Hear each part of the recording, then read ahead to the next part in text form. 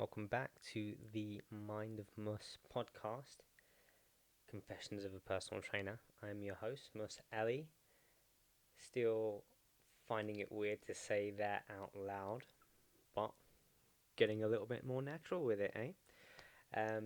Cool. So, yeah, podcast talking about health and fitness and fitting it into your day to day life without compromising your priorities.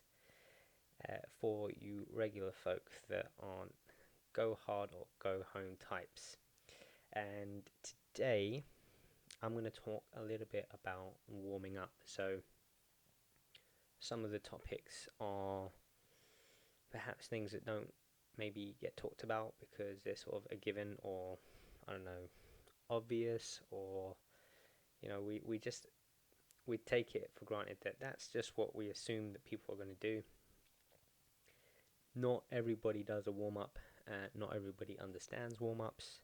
And even if we get why it's important, we might not often do it.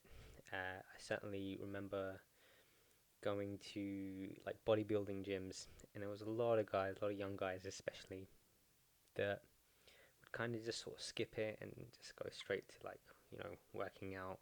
I can't be bothered with all that kind of stuff. Uh, I know people now that still can't be bothered to do it, and yeah, there's definitely some correlations between how it plays out for those individuals that don't warm up and how it plays out for people that do. So it's a it's something that I feel probably needs to be talked about and addressed. So you're even if you're going to be doing like a run or some sort of light exercise, it's worth considering whether you do a warm up or not. So the analogy that I sometimes use for warming up, it's an odd analogy actually. I don't even, now that I'm about to say it on a podcast, I'm not actually like super confident about it. But it has gotten the point across before when I've been working with clients and I've been trying to explain to them why we do the warm ups that we do. And it's the analogy of the uninvited guest. Okay, so imagine you're at work, having a long day, you're looking forward to just sort of going home, relaxing, forgetting about all the stress of the day. Um, then you finish work, you get home, and there's somebody waiting there for you. For some reason, your friend has let themselves in. They're sitting down on your sofa and they're like watching TV, and they want to hang out, and it's just like, oh, man, I didn't sign up for this right now. Not only are you unprepared to host anybody, but you weren't in the right mind frame to be like socializing or interacting or anything else like that. If you're a bit more introverted like me, that might you might resonate with that a little bit more. But I can imagine most people aren't like going to be super excited about randomly seeing somebody that they weren't expecting to see at home when you were sort of on your way to just sort of chill the fuck out, right? Oh, I think that's like the first time I've ever sworn on one of these. I don't know how that's going to play out with community guidelines. I don't know. But anyway, unlikely I'll do that again. Cool. So just brush past that. Um, so yeah, that's kind of like going into a training session without warming up. You're just not prepared, and it's unwanted, and your body's just sort of like, ugh, what we're doing stuff now. I thought we were just gonna go and rest. So the other scenario is you're at work, you're having a long day and whatever, but you get a message, a text message from your friend, and they're like, "Hey man, you wanna hang out later?" I don't know, maybe they need to hang out. They just had a breakup or something like that, or they just genuinely wanted to meet up with you. And if you're free, you're like, okay, great, no worries. Yeah, we'll meet up at like 7 or whatever. We'll go to this place, or we can just meet at mine. But mentally, you're now aware that after work, you've got this other thing, so you can already start in your head planning. You know, you need some time to like get ready. You know where you're gonna go, what you're gonna wear, the other logistics of your evening, and then how it impacts your next day. And so you've got time now to figure it out. And by the time you go and meet your friend, it's a very different experience. Now you're ready. You're more likely to actually enjoy the company of your friend, and it's not unwanted or unwelcome. So that is ideally, you know, warming up for exercise. So that's the analogy of the uninvited guest, if that makes any sense whatsoever. As always, feel free to comment for clarity. This will be on YouTube. If you're listening to it on a Spotify podcast, feel free to find me. The channel name is The Mind of Mus. And yeah, if you need to leave a comment for more clarity, I'm happy to answer more questions there. So, should most people warm up? Most likely. Are there scenarios where you don't really have to? Don't get me wrong, there are times where I've kind of like skipped the warm up, and you know, what should a warm up even be?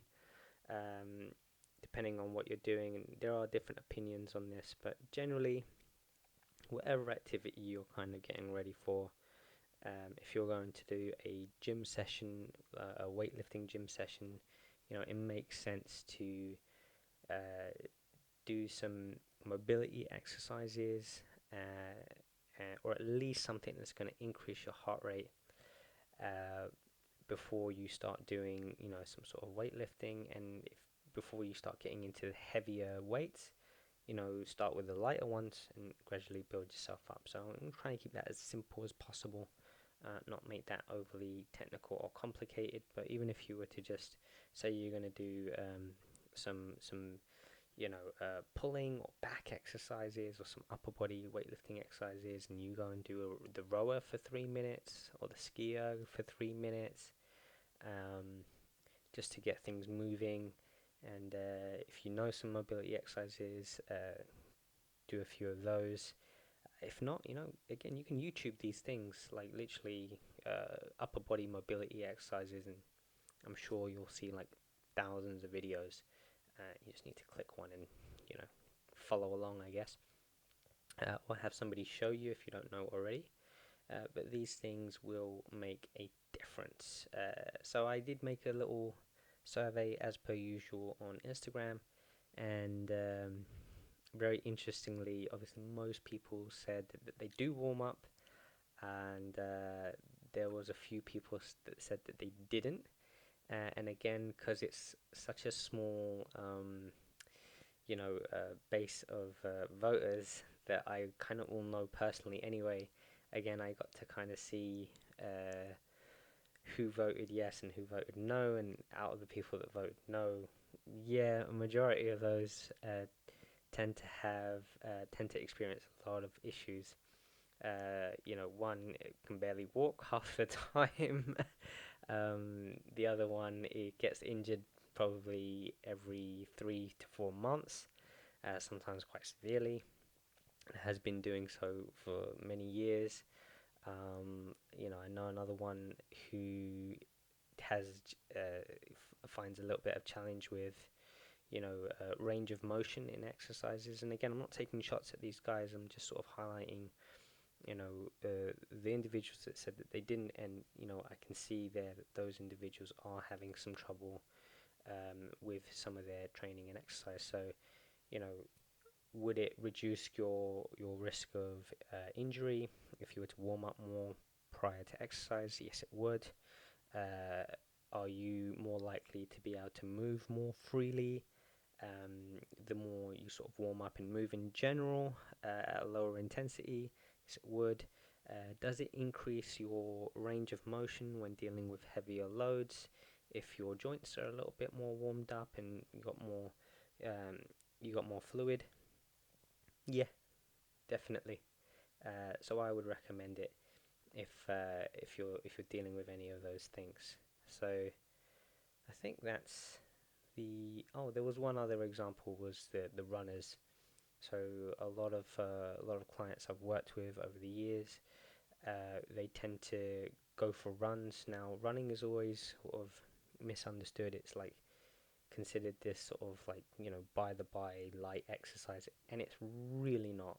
I don't recommend, if you've not done any sort of training, um, if you've not, like, if you're not used to doing exercise in general, suddenly going for a 5k or attempting it, you're gonna get a lot of kickback that you really don't want, because you actually need to be quite strong and quite well conditioned to handle the activity of running. It's quite a repetitive sort of bout of impact.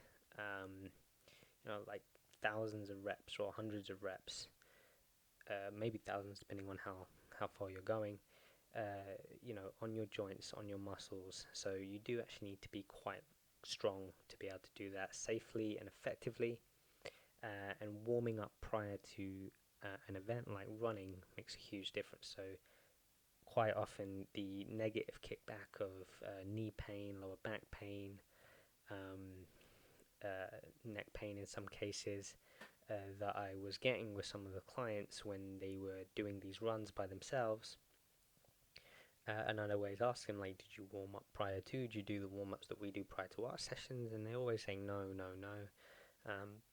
And I know this will go on for some time, and then eventually, when they get tired of like hurting themselves, they do eventually start incorporating the warm ups that we do prior to our sessions, and like magic, suddenly the run doesn't cause any problems anymore. So again, I do recommend warming up. And again, if you're not too sure what to do, potentially ask somebody in the gym that works there, or if you're not at a gym, just look it up or you don't want to ask anybody, just look it up on YouTube, because there's like thousands of videos. Everyone and their mother is just literally producing content on social media nowadays.